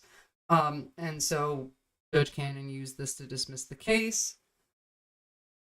Obviously, it's going to be appealed. The 11th Circuit might overturn the dismissal of the case, but it's not going to happen before the election. Judge Cannon has done literally every possible thing in her power to delay this case, and honestly, it's criminal, and she should be removed as a judge. But that's a whole other conversation. That. I'm not surprised. It comes from the immunity decision the Supreme Court ruled on, and Clarence Thomas, in his dissent, said that independent. Speaking of the immunity rule, I know I keep pausing this, but I just do want to say this. For the people that are claiming, still, with zero evidence, because you can just say whatever you want now, that Biden planned the assassination attempt, I find really funny, because Biden now legally could plan the assassination attempt and carry it out and not be legally liable because the president has immunity. And yes, it's immunity for official actions, but what's defined as official actions is very broad. So having a conversation with an assassin with a government official in the room could count as an official action, and therefore he could legally have the former president and his political rival assassinated. Now, the assassin would still, be criminally liable in this case, but Biden himself wouldn't. And so that argument is both stupid and a little funny. I just did want to address that while we were on the immunity. Independent prosecutors appointed by the Attorney General aren't legit. That's the basis on which this judge moved to dismiss. And, but I had an independent prosecutor look at me. They spent months on my going through, and I was totally cooperative, in and out of my house. I don't know, the last time in, there were like 10, 12 agents in my house for 9 hours unaccompanied, going through every single thing I had. That's appropriate. And they looked at me and concluded I didn't do a damn thing wrong. But my generic point is that it's, but I had an independent prosecutor look at me. They spent months on my going through trials that they tried to pull up against him. That went nowhere because he hasn't committed any crimes. And or the Supreme Court decision on immunity. I mean, his son did. And the fact that he gets a lot of advice from his son and his wife right now is pretty gross, and I hate it, and I think it's wrong and he should stop. But he himself has not done anything that has been proven to be illegal, though his son has. In light of this decision, the delay in the Georgia case, the Supreme Court decision on immunity, which you referenced, the former president has seen a series of legal wins recently. You have actively campaigned on his legal woes.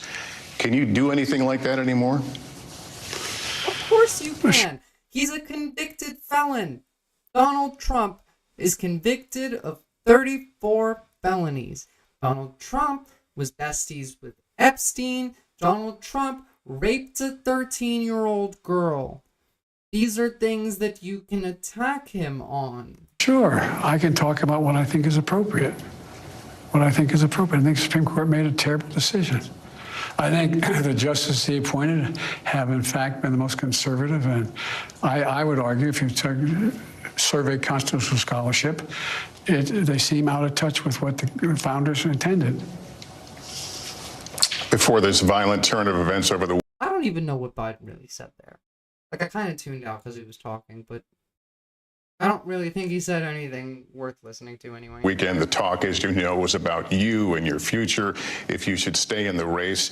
Your allies, James Clyburn, Nancy Pelosi, have kind of put it out there. Again, like I said, every single conversation we have has to involve something about, should he stay in the race? Is he mentally healthy? This is not good. We don't want this. Seem to be of the opinion that there is a window for you to make this choice. What aren't they getting? Look, we knew this was going to be a close race from the moment he announced. The idea that we are in a situation where, if you look at all the polling data shows a lot of different things, but there's no wide gap between us. It's essentially... If you average the polling data together, it's a pretty dead heat.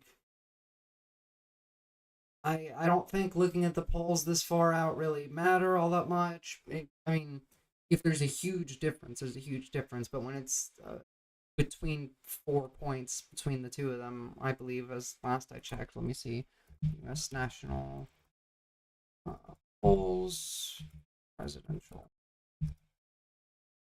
or...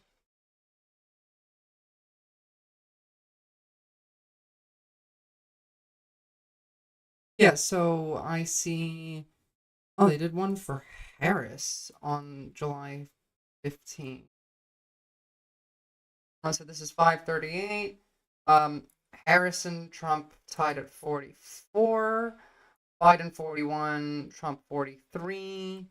Was last week.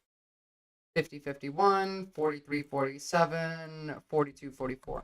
These are too close to count for anything at this point in time in the race, but also running against a convicted felon, pedophile, fascist, you should have a larger gap between, and at the very least you should be ahead. 41-43 Biden is not good, regardless of how accurate these polls are. Biden should be significantly ahead of Trump. A toss-up race. And I think one of the arguments that get made, you have the most successful presidency of any president in modern history, maybe since Franklin Roosevelt. Passed more major legislation no one thought could get done. We're able to put together consensus. Right. Here, in some cases, Biden has done quite a lot for workers' rights, for labor unions. He's done a decent amount for elders, healthcare. He's made progress. I don't know if you can say he's made the most amount of progressive legislation pass since FDR, but I mean, honestly, it wouldn't really surprise me because we haven't exactly been a progressive country since FDR. He did good. He did good. However, we still have Israel. That is a big hit to his supporting base, especially among young voters. And now we have his age and his mental condition being in question. The policies that he's passed are not going to convince people because people don't understand or care about policy. They care about rhetoric, and they care about what they can see, touch, and feel, what's directly impacting them. This is weak. We're able to unite NATO. We're able to deal with foreign policy. Why don't you just decide to rest on those laurels? And the answer is because the job's not finished. Do you feel like you've weathered the storm on this issue of whether you should be on the ticket or not? No. Look, the 28 lies he told. Again, with the where are you on this? Why didn't the press ever talk about that? 28 times it's confirmed he lied in that debate. I had a bad night. I wasn't feeling well at all. And I had been, without it making it, I screwed up. But I just asked the question because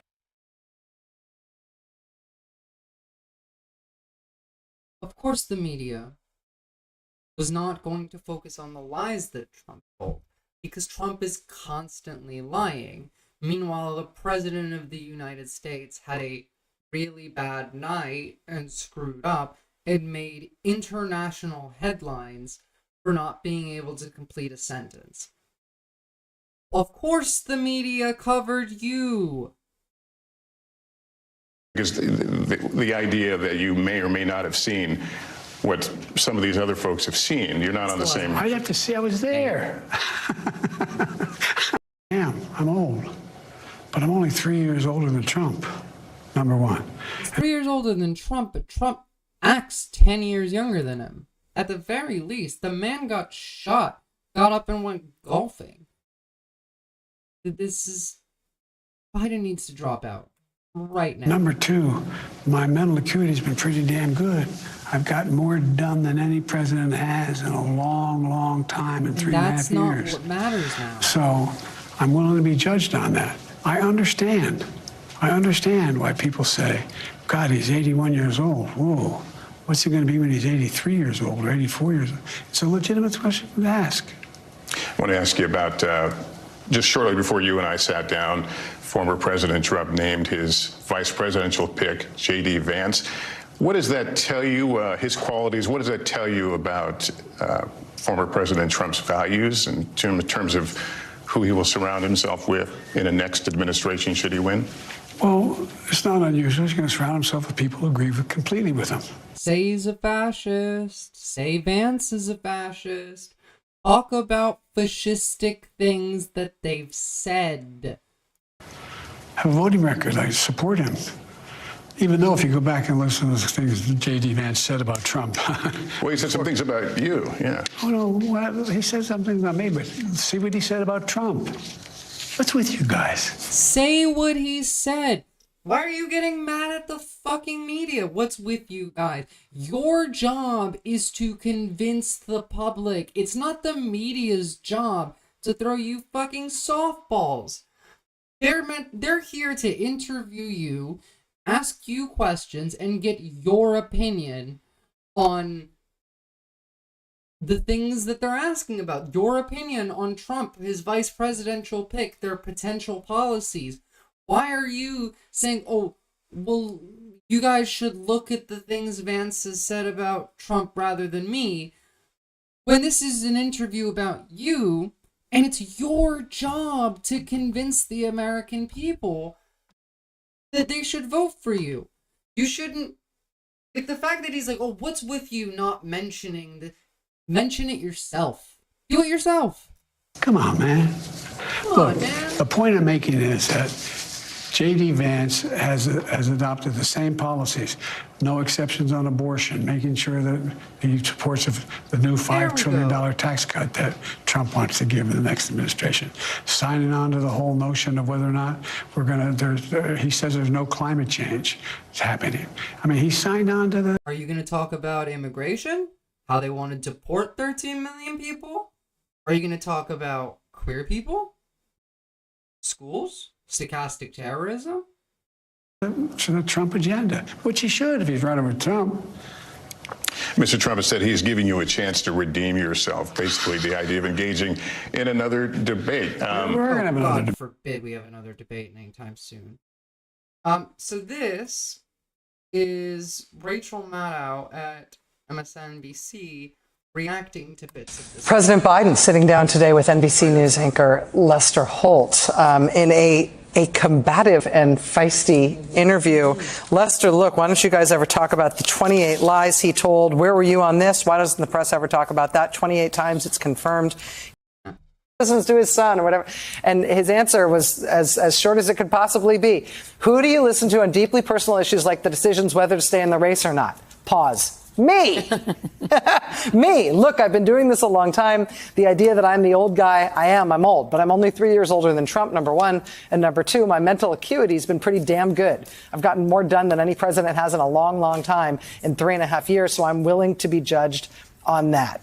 I understand when people say, God, he's 81 years old. Whoa, what's he going to be like when he's 83 years old or 84 years old? It's a legitimate question to ask. I mean, I think what we're seeing here is that there is somewhat of a time lag between the news cycle and the subject of the news cycle. You know, I think to Lawrence's point, for Joe Biden, the thing that's relevant today is the campaign as it is today. And there's still a news cycle that is still into, 2 weeks ago or 3 weeks ago, and the question of whether he stays on the ballot. I agree with what she's saying here. He's still stuck on this debate instead of the things that are actually important. And so Joe Biden, I think, expressed some annoyance with the media for staying in that mode when he's ready to keep combating like the battle at hand. And so I think there is just this lag, and I'm not sure if he can escape it because, I mean, people keep asking him the question he's answered already. And the reality. No, he can't escape it. People are not going to stop asking. He's said on like 10 different occasions that he's not going to drop out, and people keep asking him if he's going to drop out because people want him to drop out. Everybody wants him to drop out. He needs to drop out. Is, as Lawrence said, within the Democratic Party rules, there really is no way to force him out if he decides he ain't going. I just hope Lester got a date for that issues interview. Like, when is that going to happen? Let's do that next Monday. This is live video right now of President Biden arriving in Las Vegas. I mentioned that he's going to be doing that event with the NAACP tomorrow. That is in Las Vegas, Nevada.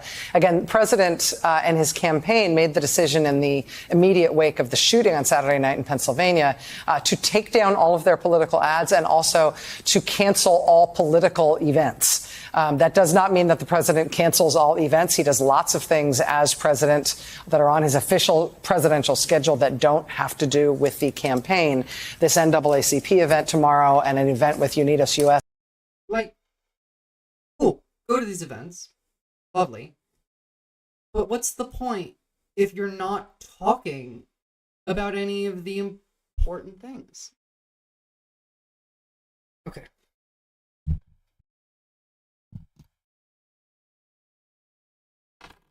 My point that I'm really trying to hammer down in this stream is that there is a significant amount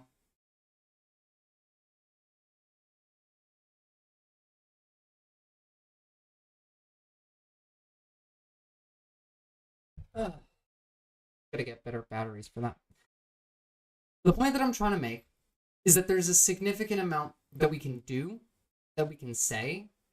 There's pathways in which we can fight fascism rhetorically.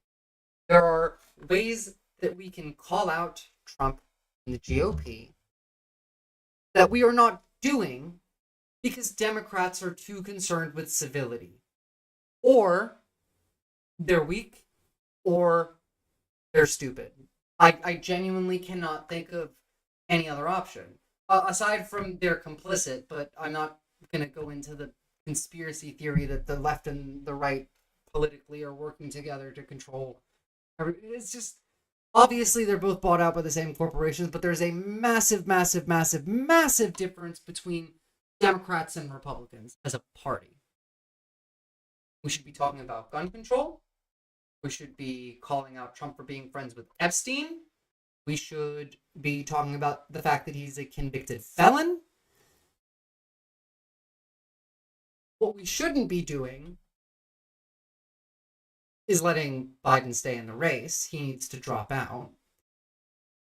We need to go on the attack, is my point. Rhetorically, not physically, not advocating violence, I never would, etc., etc., etc.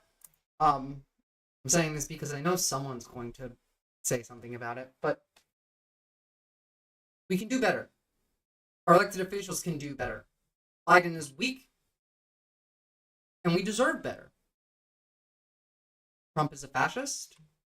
The right wing loves their stochastic terrorism when it's against the left. And I'm sick and tired of Democrats just letting them get away with it. I'm sick and tired of Democrats not calling them out, not saying the rude things that they could. We should be calling Trump a pedophile. Call me. Like, the fact that nobody is mentioning the Epstein logs is insane. The right loves to scream about pedophiles and groomers. It's like their favorite thing to do. And it just came out that their presidential nominee is the fucking king of pedophiles. Why are we not talking about it? I don't know. It's... Okay. Let's wrap this up for today. So I know it was a bit of a short stream. I